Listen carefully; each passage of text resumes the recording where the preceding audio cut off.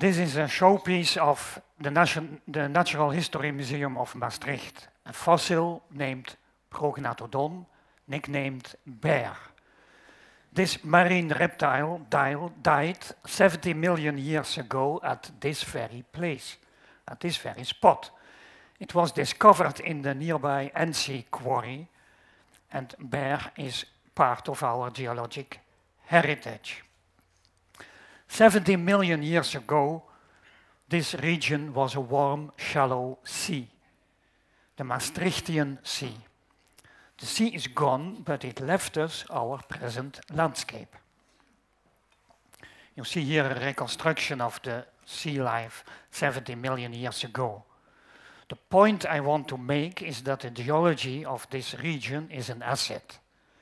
We should value it as a geological archive and as a resource for edutainment, education and entertainment.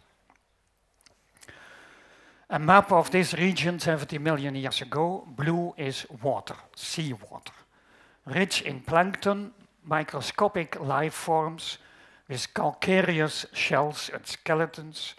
Eventually they formed sediments on the bottom of the sea. You see them here in the landscape.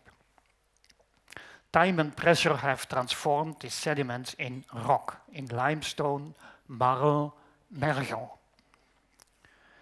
The extinction of the dinosaurs was caused by an impact of a giant meteorite on the other side of the globe.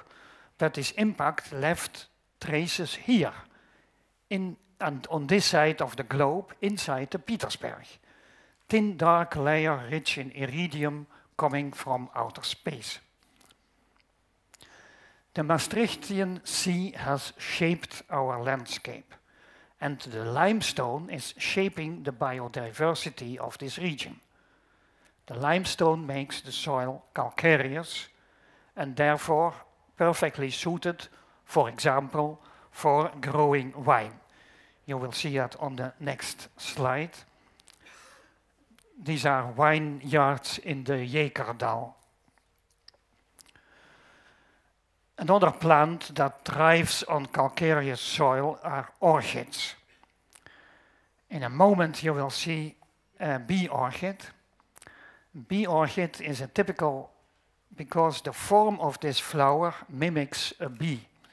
Real bees are sexually attracted by this form, come to copulate, and doing so they take up pollen on their bellies, and when they visit other orchids, these will be pollinated.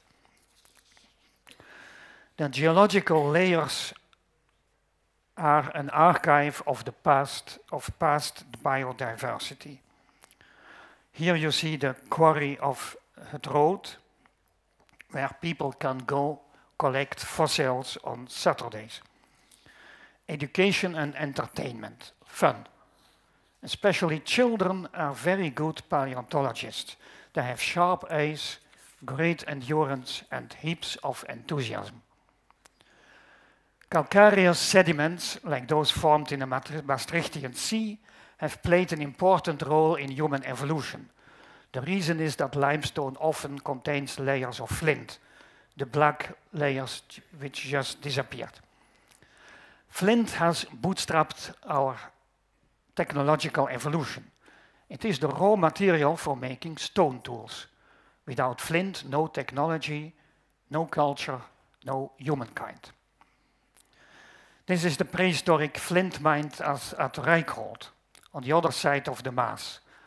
There are only a few such sites in Europe, so this site is very important.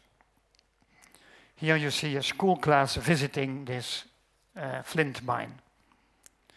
Our region, Maastricht, Liège, Köln, was in prehistoric times one of the favorite environments of the Neanderthals.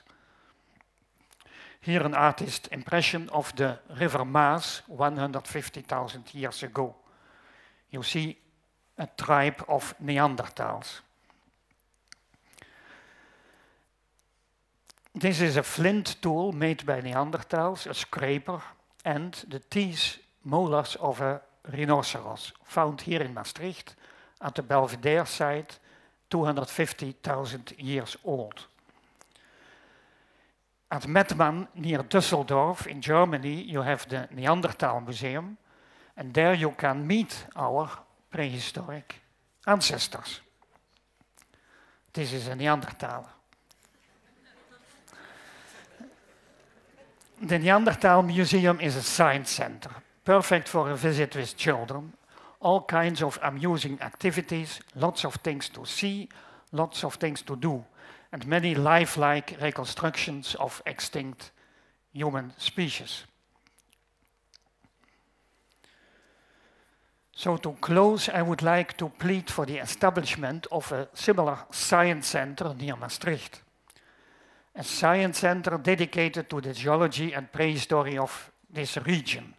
A place where visitors can explore the intimate connections between geology and human history, where they can play and experiment, like here, with prehistoric art, and have fun doing so. And as a figurehead for this enterprise, I propose Eugène Dubois. Here you see people reliving prehistoric times. As a figurehead, I propose Eugène Dubois, the discoverer of Java man, the Pithecanthropus erectus, human ancestor. He grew up near Maastricht. He studied medicine, but he became famous as a paleontologist and as a geologist. These sciences he learned in the field as an adolescent, roaming around along the River Maas, exploring the landscape, searching for fossils, stone tools, and having fun with science. Thank you.